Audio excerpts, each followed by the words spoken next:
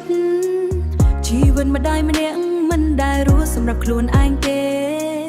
ពីស្រីស្អាតម្នាក់ធ្លាប់តែសប្បាយមានលុយប្រាក់ចាយអិនខ្វាយអត់ខ្វល់អ្វីឡើយសំឡេងសើចធ្លាប់មានក្អាក្អាយជីវិតដូចកាយកំពុងរាស្រស់ស្អាតប៉ុន្តែថ្ងៃមួយជីវិតមានប្តីមានកូនប្រឹងណាស់ស្ទើរសូន្យដូចជាអ្នកតូទុកសបិនខ្លួនឯងដើម្បីគ្រួសារអស់កម្លាំងកាយតែបេះដូងមិនចុះចាញ់ទោះបីហត់យ៉ាងណា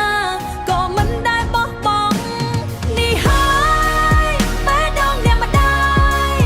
ខំគួរខំកាយទោះសូន្យកាយាក៏មិនស្ដា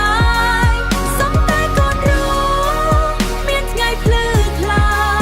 ប៉ុន្តែកូនរងតែកូនត្រូវញ័រកូ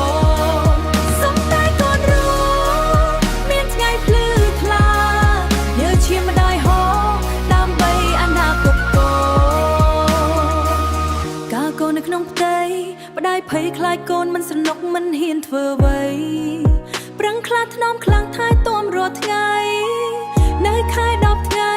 ពោពេញដោយក្តីស្រឡាញ់សង្ឃឹមថាកូននឹងឃើញពលឺថ្ងៃស៊ូណាស់ប្រឹងថែព្រោះខ្លាចរប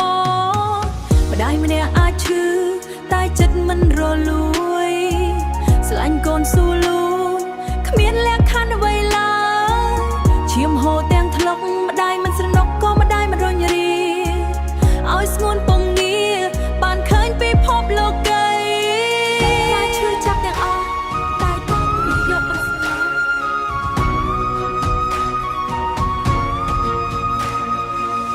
ដើម្បីឲ្យកូន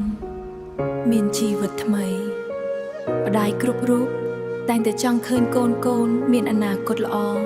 ទោះថ្ងៃណាមួយកូនមានគ្រួសារហើយកុំភ្លេចម្ដាយណាកូនសម្លាញ់ម្ដាយនេះ